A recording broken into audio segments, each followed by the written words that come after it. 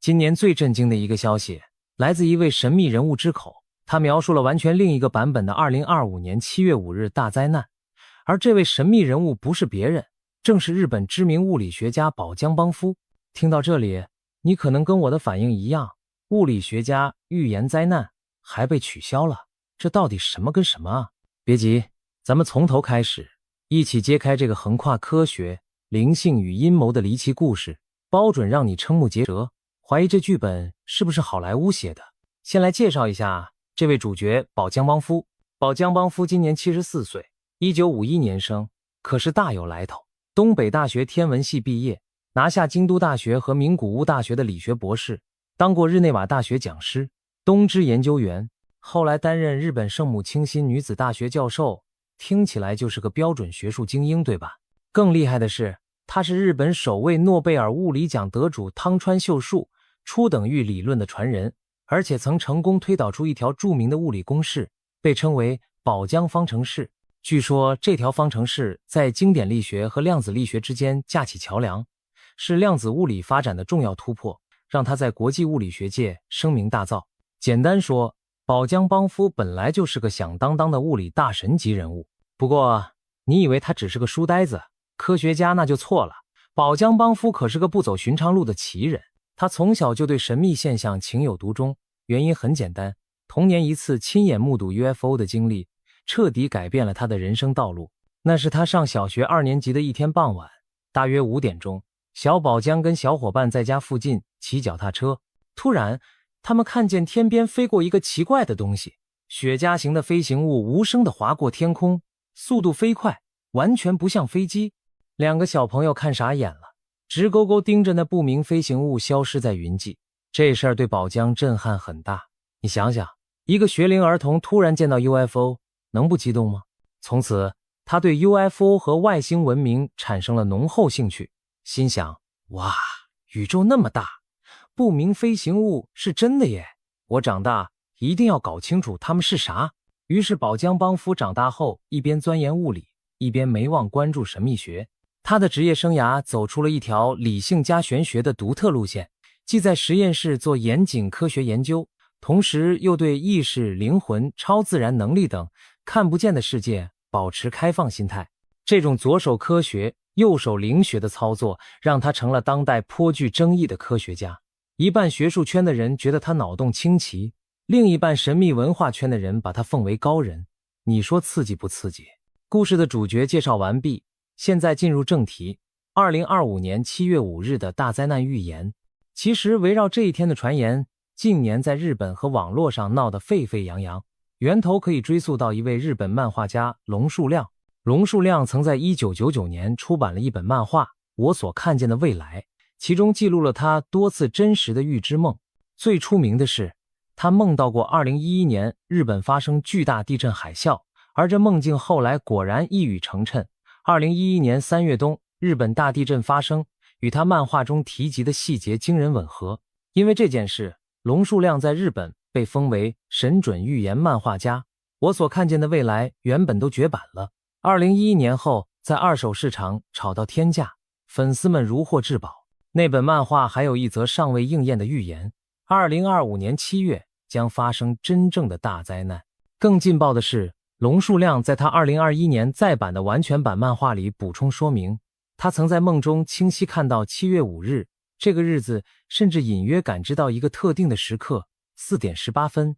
梦境画面相当震撼，他以俯瞰视角看见日本南方的太平洋海面突然喷发，海水猛然升高，随即巨大的海啸以那个点为中心向四周扩散开来。日本、台湾、香港、菲律宾，整个西太平洋沿岸都遭受比2011年海啸高出3倍的巨浪袭击。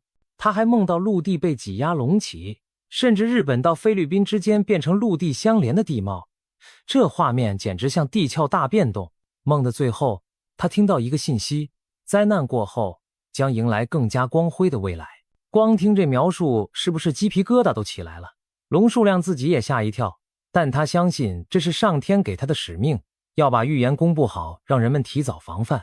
他甚至在后记里写道，预知是种警告，因为能够避免，所以才被让我看见。我想，一定有方法可以使灾难或缩小灾难规模。因此，他希望通过公开这梦境信息，让大家有所准备，也许就能改变未来的结局。于是，2025年7月5日，这天就这样成了传说中不祥的日子。许多日本网友、灵修圈人士开始热议：难道2025年日本真的会有超级大地震或海啸？有人甚至成立了论坛和社群，天天分析线索，讨论如何避难。毕竟龙树亮可不是随便乱讲的，人家一个梦已经准过一次了，谁敢大意啊？更悬的是，除了龙树亮之外，还有各路未来人、神秘预言家也跳出来发声，有说地震的，有说陨石的，一时间众说纷纭，让这个预言蒙上了更多迷雾。本来嘛，这种预言话题大多是民间自己嗨，严肃科学家一般避之唯恐不及，谁愿意搭理预知梦，对不对？但就是在这时候，我们的主角宝江邦夫居然接棒发声了。一位顶尖物理学家卷起袖子加入预言讨论，这画风够奇特。更劲爆的是，他是掌握了2条关于7月5日灾难的绝密内幕，而且这2条信息跟龙树亮的梦境细节惊人吻合。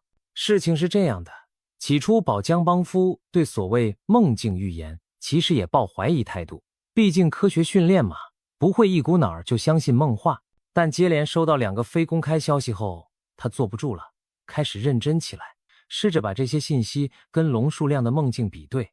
结果他发现那些巧合多得让他无法忽视，仿佛拼图一块块拼上了，一个惊人的图像浮现眼前。让我们看看宝江邦夫手上的2条关键信息。内幕消息1， NASA 人员透露精确时间。有一天，宝江邦夫私下跟一位美国太空总署 NASA 的朋友聊天，对方神神秘秘地透露说，其实美方早就掌握到一场大灾难，发生时间就在2025年7月5日凌晨4点18分。宝江当场瞪大眼睛，4点18分，这么精确？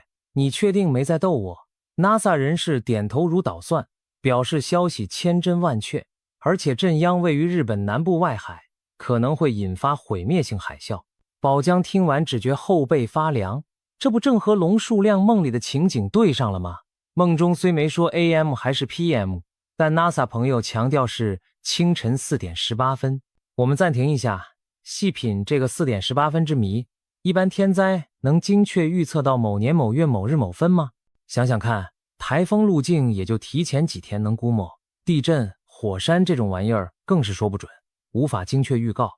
唯独一种情况例外，太空天体撞击。没错，人类的天文监测系统若发现了一颗小行星朝地球飞来，经过轨道计算，是有可能在事前很久预测出它的撞击时间和地点的，而且可以精确到分钟。除了这种天上掉下来的祸，其他自然灾害哪里抓得到4点18分这样精确的点？宝江邦夫身为天文物理专家，马上想通这节。如果连时间都提前2年多确定了，那十有八九不是地震，而是小行星或彗星碎片撞地球。他推测可能本来有颗陨石预计2025年8月撞击，但随着观测数据不断更新，估计撞击时间越算越提前，最后提前到7月上旬，也就是7月5日凌晨这档子事。如果陨石落在日本南部外海、菲律宾海一带海域，砸进大海，引发水下剧烈爆炸，巨大海啸便会奔袭日本及周边多国海岸。这和龙树亮梦里那海啸画面简直一模一样。此刻宝江肯定冒出一身冷汗，心想，难道这梦境预言真不是无稽之谈，居然连时间都对上了？内幕消息2，美国高层暗示计划取消。好啦，光有 NASA 的陨石情报已经够疯狂了，偏偏还有第2条消息，更添扑朔迷离的。据说宝江邦夫还从一位美国政府高层官员那里听到风声，美国白宫内部其实早已讨论过这场灾难，甚至为此拟定了应对计划。当时是拜登政府执政期间，某个情报单位曾向总统做过灾难简报，内容包括可能发生超大海啸，波及日本等等。听起来美方是认真对待这威胁的，已经在策划一些预防或应对措施，比如要不要提早发布预警，联合各国防灾之类。然而故事的转折点出现了，美国政坛来了场大换血，川普在2024年大选中卷土重来，重新当选美国总统。随着白宫易主，新官上任三把火，据传原本拜登政府时在筹备的那套灾难应对计划居然被叫停了。是的，你没听错，那计划被取消了。而宝江邦夫透露这消息时，虽然语焉不详，但他明白暗示计划取消的原因就是因为川普上台，信息量就大了。川普上台，让一场预定中的大灾难给取消了，这到底啥意思？难不成灾难还能说不发生就不发生吗？一时间，大伙儿的脑洞全打开，纷纷猜测这取消背后的真相。一种猜测，所谓取消，指的是美国取消了对此灾难的预警或防范措施。川普也许认为不用大张旗鼓搞什么预案，干脆不理他。这听起来有点反直觉，但别忘了，川总一向特立独行，搞不好觉得别让民众恐慌，装作没事，于是喊停相关计划。这种说法下，灾难本身陨石撞击依然会发生，只是美国选择不提前公布，观望态度。第二种阴谋论，难道这场灾难本就不是纯天然？有阴谋论者大胆假设，原本7月5日的巨灾可能是某些势力人为策划的，例如引爆核武、引发海啸之类的邪恶计划。拜登政府或某些幕僚也许知情并参与预备，但川普上台后不干了，下令把黑计划喊停。所以所谓取消，就是把原本打算搞事的黑幕行动给叫停。如果真是这样，那川普岂不阴差阳错成了拯救世界的关键人物？还有一种介于两者之间的想法，可能灾难本身是自然的陨石撞击，但有人想借题发挥，在自然灾害基础上加入人为操作，使伤害更大或者达成某种战略目的。例如，选在美国国庆日期间出事就很耐人寻味。日本时间7月5日凌晨4点18分，换算成美国时间，正好是7月4日下午，美国独立日假期的欢庆时刻，全国放假松懈，是美国防备最松弛的当口。如果有敌对势力想在这时搞事，美国确实容易疏忽。阴谋论者据此怀疑，如果这灾难是人祸，那挑在7月4日美国国庆下午发难，很可能是刻意为之的战略计算。至于谁要干这种缺德事，外星人、恐怖分子、某国政府黑计划，那就众说纷纭。当然啦，以上种种推测都没有任何官方文件证实，纯属脑内风暴。但宝江邦夫抛出的这几句模棱两可的爆料足以引爆舆论。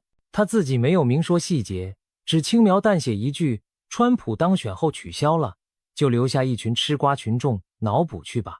结果就是原本就已经很受瞩目的2025年7月5日预言，现在更是迷雾重重，成了一桩集预言、阴谋、政治于一体的热门话题。大家一边心惊肉跳记住了这个日期，一边也好奇，难不成真有幕后高人阻止了一场末日劫难？讲到这里，总结一下目前为止的脉络。龙数量的梦境预言家 NASA 精确时间泄密，加美国官员暗示计划取消，再加上川普连任，这奇妙的连锁反应，感觉我们在拼一个超现实谜题，而宝江邦夫就像个拿着线索的关键人物，把这些线索串起来，让我们看到图景的一角。但你以为这就结束了吗？不，前面说过了，宝江邦夫可不仅仅是一个被动接受情报的物理学家，他自己本身还藏着更大的奇闻异事。下面这段故事保证更跌宕起伏，绝不输科幻电影，因为我们要谈谈外星人、意识传输、俄罗斯灵异科技，以及宝江邦夫和一名日本女先知之间的奇缘。接下来要从预言圈转弯进入外星机密圈。话说宝江邦夫由于对 UFO 和超自然现象的热爱，这些年可没少研究外星文明。他笃信外星人绝对存在，而且认为这些高等文明其实一直有在暗中参与人类的发展，包括和各国政府合作等等。更神奇的是，宝江邦夫的某些外星情报来源于一位日本女性先知，这位先知名叫赤松瞳。赤松瞳在日本灵能圈颇有名气，相传具有通灵预知能力。他和宝江邦夫私下有所交往，二人可谓亦师亦友，一个是科学大神，一个是灵性高人，画面相当奇妙。有次碰面，赤松瞳给宝江带来了一条劲爆信息，直接把他的宇宙观冲击得七零八落。赤松瞳神秘地对宝江说：“你可知道苏联当年为何能在太空技术上领先全球？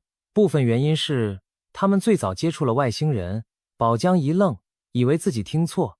苏联外星人？你是说 KGB 档案那种传闻吗？赤松瞳微微一笑，继续道：“那些外星人长相很特别，金发碧眼，宛如北欧人。”宝江吐槽：“北欧人？外星人还分种族？搞成斯堪的纳维亚风？”赤松瞳点点头：“是啊，他们看起来就像金发碧眼的白种人，但跟人类最大的不同在于交流方式。”宝江好奇心被吊起：“怎么个不同法？”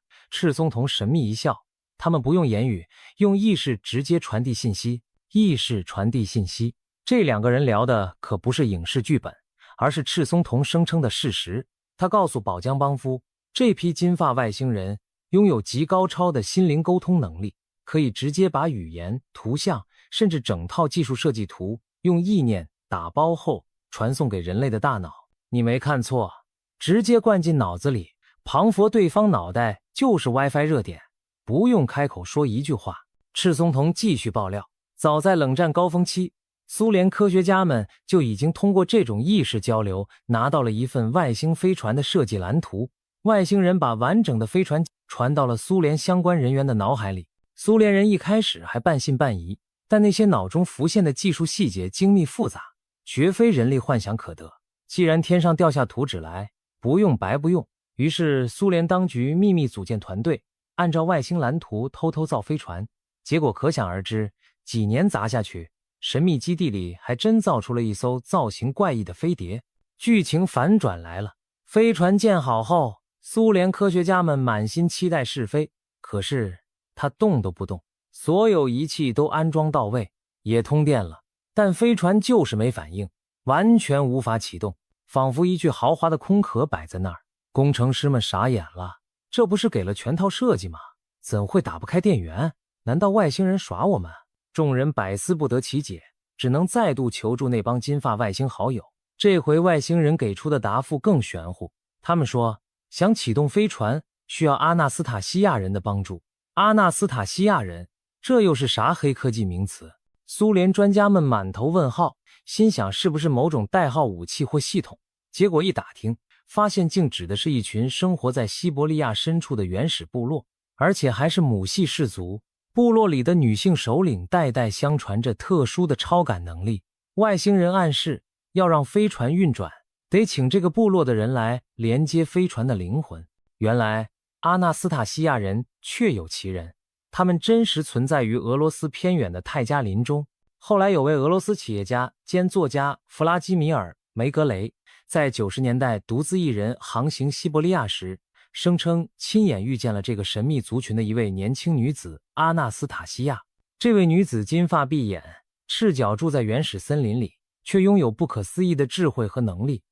她不用出森林就能知道外面世界发生的事，能够读取像阿卡西记录那样的信息，与动植物沟通自如。梅格雷被她深深震撼，回去后写了系列书籍，著名的冥想雪松系列，详细记录了与阿纳斯塔西亚相处的经历。言归正传，据赤松瞳透露，苏联当局后来真的循着线索，在西伯利亚找到了这支隐士部落，并试图与他们合作。某位阿纳斯塔西亚族的女长老受邀来到苏联秘密基地，参与飞船计划。她进入舱内，用手贴着飞船的内壁，闭目冥想了好一阵子。科学家们屏息等待，只见她最后缓缓说道：“每个零件都有灵魂，需要让它们在灵魂层面衔接，飞船才能醒来。”随后在他指导下，工程团队对飞船进行重新组装和调试，特别注重每个组件之间的能量连结。终于，奇迹发生了，沉睡的飞船发出了嗡嗡的能量共振声，舱内仪表亮起光。那一刻，科学家们目瞪口呆，简直不敢相信自己的眼睛。原来让飞碟运转，不只需要扳手螺丝，还需要灵魂层次的启动。从这故事我们看到，外星科技和人类灵性居然如此紧密相关。高大上的飞碟离不开心灵启动键，现代工程还得配合原始巫术，才能驱动远超地球水平的技术。这简直是对传统科学观念的颠覆。难怪宝江帮夫对赤松瞳佩服得五体投地，毕竟他一直相信意识与物质有玄妙联系，这一下算找到佐证了。也难怪他敢于提出各种惊世骇俗的想法，因为在他看来，现代科学其实还有很多盲区没探索，而古老智慧和外星文明或许正好提供了新思路。好啦，现在我们把线索都摊开，一边是即将到来的 7.5 灾难预言，牵涉 NASA 太空情报、白宫决策和政治博弈，另一边是隐藏在历史暗处的外星人技术与灵性秘密，涉及苏联、神秘先知和远古部落。两条线看似风马牛不相及，但在宝江帮夫这号人物身上却实现了交汇。他就像站在十字路口的人，一手拿着科学，一手牵着灵性，把不同领域的碎片拼凑起来，试图还原一个真相。那么宝江帮夫对2025年7月5日这场可能的灾难最终结论是什么呢？他综合了以上所有信息，提出一个大胆的推论，这场灾难或许已被取消。他觉得川普的当选导致某种计划终止，很可能意味着劫难被化解，而且别忘了，龙树亮在他的预言后记里也提到能够避免，所以才被看见。也就是说，也许因为预言的公开，人们的重视，再加上一些暗中力量的努力，无论人类还是外星元首，这场梦中的浩劫最终不会发生。宝江甚至据此进一步推想，如果7月5日真的平安过关，那就证明人类是有能力改变命运的，无论是通过科技手段摧毁或偏移陨石，还是靠有影响力的人物制止了阴谋，又或者是集合全球意念祈祷把祸事化解，结果就是危机解除了。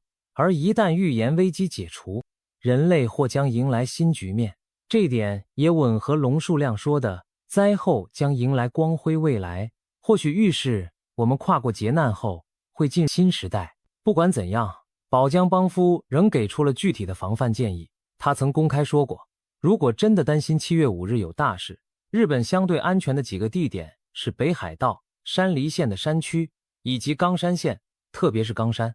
他强调了两点：一来，冈山地质结构稳定，在过去大灾中相对平安；二来，日本政府常年把冈山作为东京备援首都，在冈山市建立了完善的备份系统，存放东京的重要资料和资源。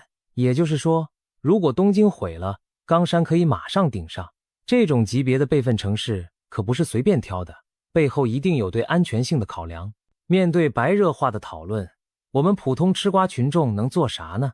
大概也就是保持好奇但不恐慌，静观其变吧。毕竟真理不辩不明，2025年7月5日一到，该上演的自然会上演。如果当天风平浪静，什么异常都没有，那可能印证了预言被取消的乐观结局。而如果不幸灾难发生了，那至少很多人早有准备，可以减少伤亡。或许也是因为预言先见之明挽救了无数生命。假如事情发展出第三种剧本，出现某种完全出乎意料的新状况，那我们就更见证历史了。想象一下，7月4日美国国庆烟花漫天，7月5日日本这边黎明破晓时分，全世界紧盯东京时间4点18分。那一刻如果平安无事，很多人才会恍然发现自己屏住的呼吸该吐出了，而万一有点微小异动，恐怕都会在网上掀起轩然大波。是不是开始了？无论结果如何，这场关于未来的传奇已经深深烙印在人们心中。从宝江帮夫身上，我们看到一个匪夷所思又引人入胜的叙事。科学与神秘不再对立，而是像双螺旋一般缠绕，给我们提供了解释世界的新角度。无论你倾向于哪种理论，至少这故事告诉我们一件事：永远对未知保持好奇。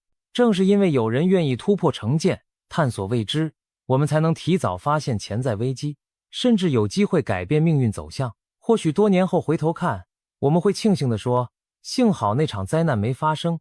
而在庆幸之余，也别忘了那些年为预言奔走的人们，他们就像时代故事里的疯子与先知，用疯狂点燃真相，用先知改写未来。那么2025年7月5日究竟会发生什么？是惊涛骇浪还是风平浪静？是预言成真亦或有惊无险？我们拭目以待。在此之前，不妨把这段传奇当成茶余饭后的话题分享给朋友，说不定到时候你们会因为事先了解内情而从容不少呢。就算最后什么都没发生，我们也收获了一个绝佳的故事，不是吗？总之，且让时间揭晓答案吧。记住那句老话，希望最佳，未雨绸缪。7月5日凌晨4点18分，我们相约守候，期待迎接一个光辉的未来晨曦。